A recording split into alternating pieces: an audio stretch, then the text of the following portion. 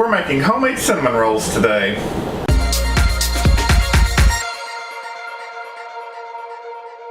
Welcome to Help at Home, your resource for great recipes and easy learning. I'm Jim Hightower. Today we tackle homemade cinnamon rolls, and when you compare those to store-bought, you won't believe the difference.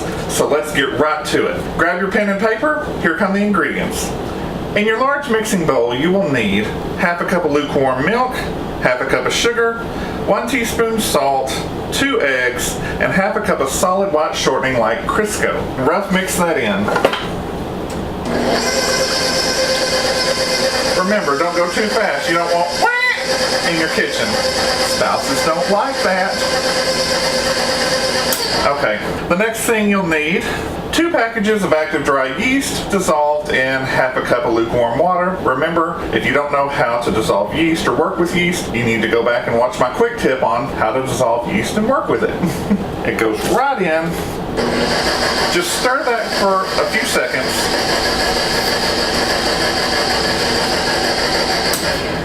And last but not least, 4 cups flour. We're just going to rough mix this in to our yeast mixture.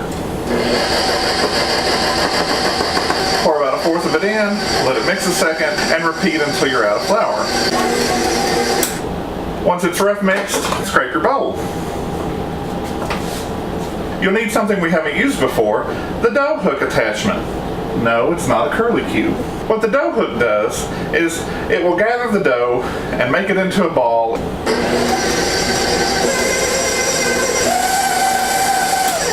I've said it before, a stand mixer is the only way to go. It does all the work. If after 30 seconds you find your dough is still too moist and it's not really massing into a ball, you can add up to half a cup more flour. I'm going to do about 1/4 of that.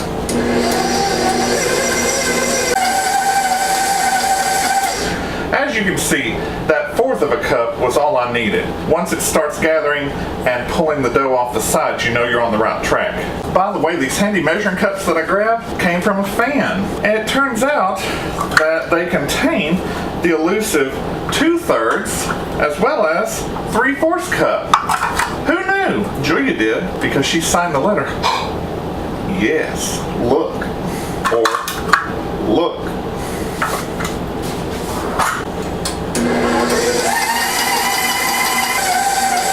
Now that has gathered it off the sides, and it's cleaning the bottom of the bowl. That's just what you want. At this point, you've got it into a ball or a loaf, and you want to do that kneading. If you don't have a dough hook, take your dough out at this point, fold it over, push it out, pick it up, slap it down, fold it over, and do all this kneading business until your dough is smooth, elastic, and is not sticky. Otherwise, you can do it for 3 minutes now with your dough hook, or 4. On a setting of about 3, if you have a KitchenAid mixer. That's been about 3.5 minutes, and that's good. Pull the dough off, set it aside, and it almost fell on the floor, but I caught it. No life happening today. You can add about a cap-ish of canola oil, salad oil, whatever, to your bowl. It'll help lubricate the bowl and the dough, and it'll just make things nice for later. Take your dough out, feel it. It is soft, smooth, it doesn't stick, it's elastic. Put your dough in the bowl, kind of push it around, then turn it over so that it has a little bit of that canola oil on top. It'll make it nice, it won't crust over. Take a moist kitchen towel, wet it, wring it out really good, and cover it. Alternately, you could use press and seal or saran wrap. Before we do that, it needs to be in a nice warm place to rise to double its volume, which would probably be a little bit less than half of this bowl because it's wide. Let it rise for 1.5 to 2 hours. It doesn't matter how long it takes as long as it doubles. Now, if you're ready to go, because I'm getting ready to go, you can set this in your refrigerator, double that time from 2 hours to 4 hours or longer, maybe even 6 hours.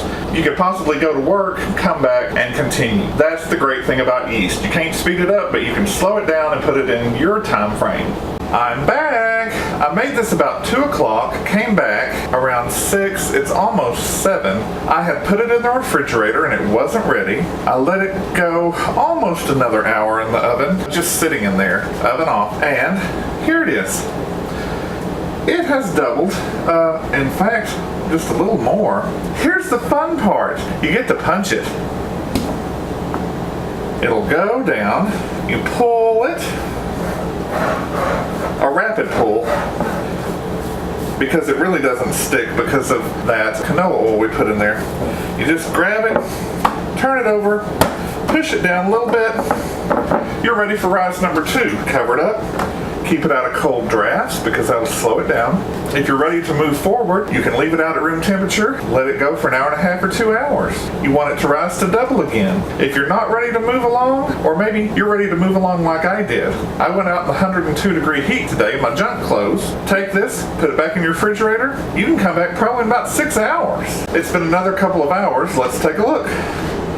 It has risen up nicely and even more widely. So here we can go punch it down. And these rises build up texture and flavor in case you wondered. So just turn it over, patting it down for just a second. Sprinkle some flour on your work surface. Get your dough. It is as soft and beautiful as a baby's bottom. Again, I have no reference for that, but well, why not taste it? But sweet, slightly yeasty. Pat this out, kind of into a rectangle. You need your rolling pin, the one that lets you say you're in charge. Roll it out to roughly 9 by 18 inches.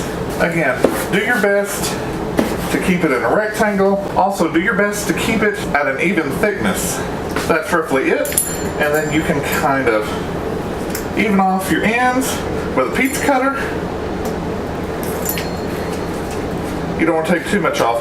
You have about half a stick of butter melted, and you just baste the butter on, leave about a 1/2 inch border of plain dough on the edges so that it's easier to roll when you get started on that. You're just making a nice moist surface for your cinnamon and sugar to stick to. Next up, have a cup of sugar with 2 teaspoons of cinnamon mixed in. You just sprinkle on, and honestly, you can just dump it. Spread it out nice and evenly. Be careful not to get it on the floor. Spouses don't like that. Wipe off the excess. The next part is super easy. Just make sure there's no cinnamon and sugar heaped up on your edges. Start from the bottom. Start turning it over. Give it a little push. Then keep going. We're rolling up our cinnamon rolls. That's where they get the name. And after you get this part, then you can start rolling more quickly. Look at that, you did it. Roll your seam over with the edge of your fingers, pinch and seal off that seam. Squeeze your bottom and top edges. Make sure that you don't lose your roll. And see, this is why you don't want any butter or very much cinnamon and sugar on your edge, because it won't want to stick together. Have your 9 by 13 nice glass pan. Take any extra butter that you had, spread it in there, because butter is so much better than some kind of nasty spray or grease. And it doesn't take much. Once you get a little bit in there, you can keep kind of dipping off the bottom. You get a nice serrated knife. It has the little bumps there, the ridges. Start on your edge, go about 1 inch over. You're slowly slicing, kind of a sawing motion. Eyeball just about another inch, and continue to saw. Don't push because you'll crush it. That's all there is to it.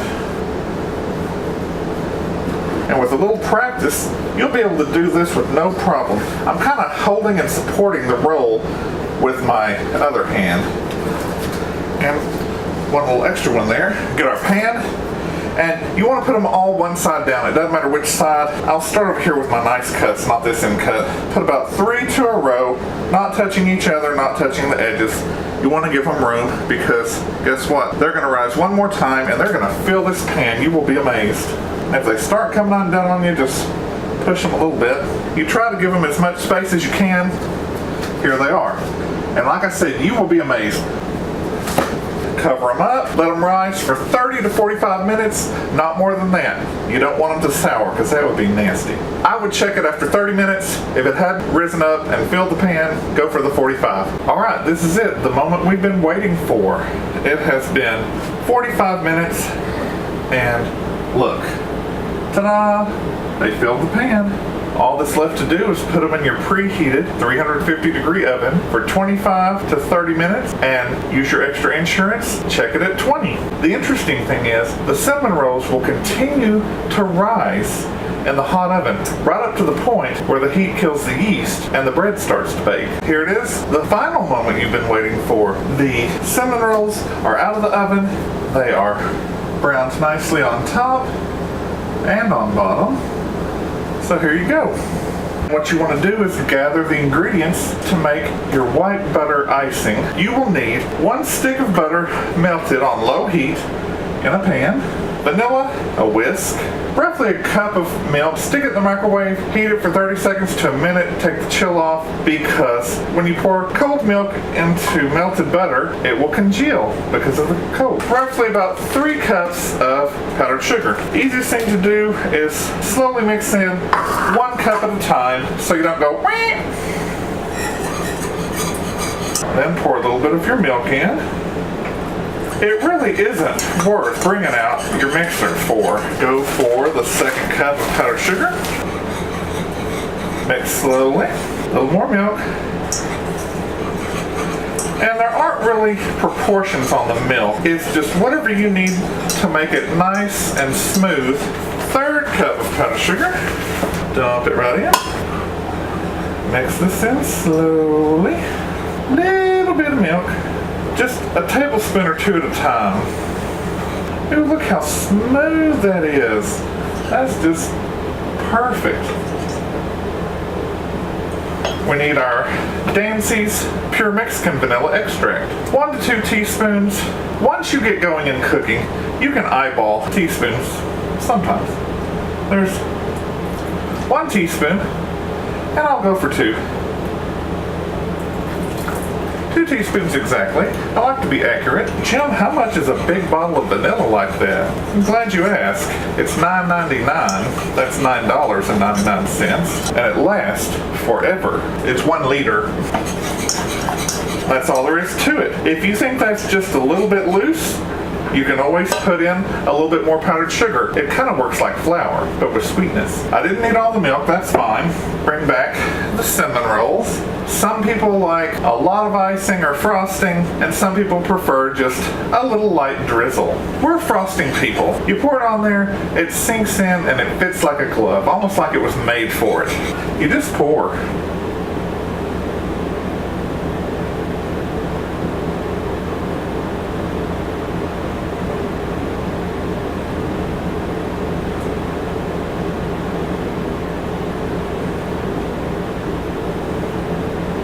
If you have some bald spots, so to speak, you can pour a little bit more on.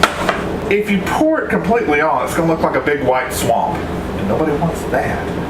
Let it cool just a few moments, serve it up. If you like this video for homemade cinnamon rolls, and you realize that working with yeast is no big deal, give it a thumbs up. Subscribe and share with your friends who like to cook or just want to learn how. Click the bell in the top right hand corner for notifications. Be sure to drop me a line in the comments below. Tell me about your experiences with this recipe and what else you might like to see in the kitchen. I'm Jim Hightower, and remember, everyone needs help, even me.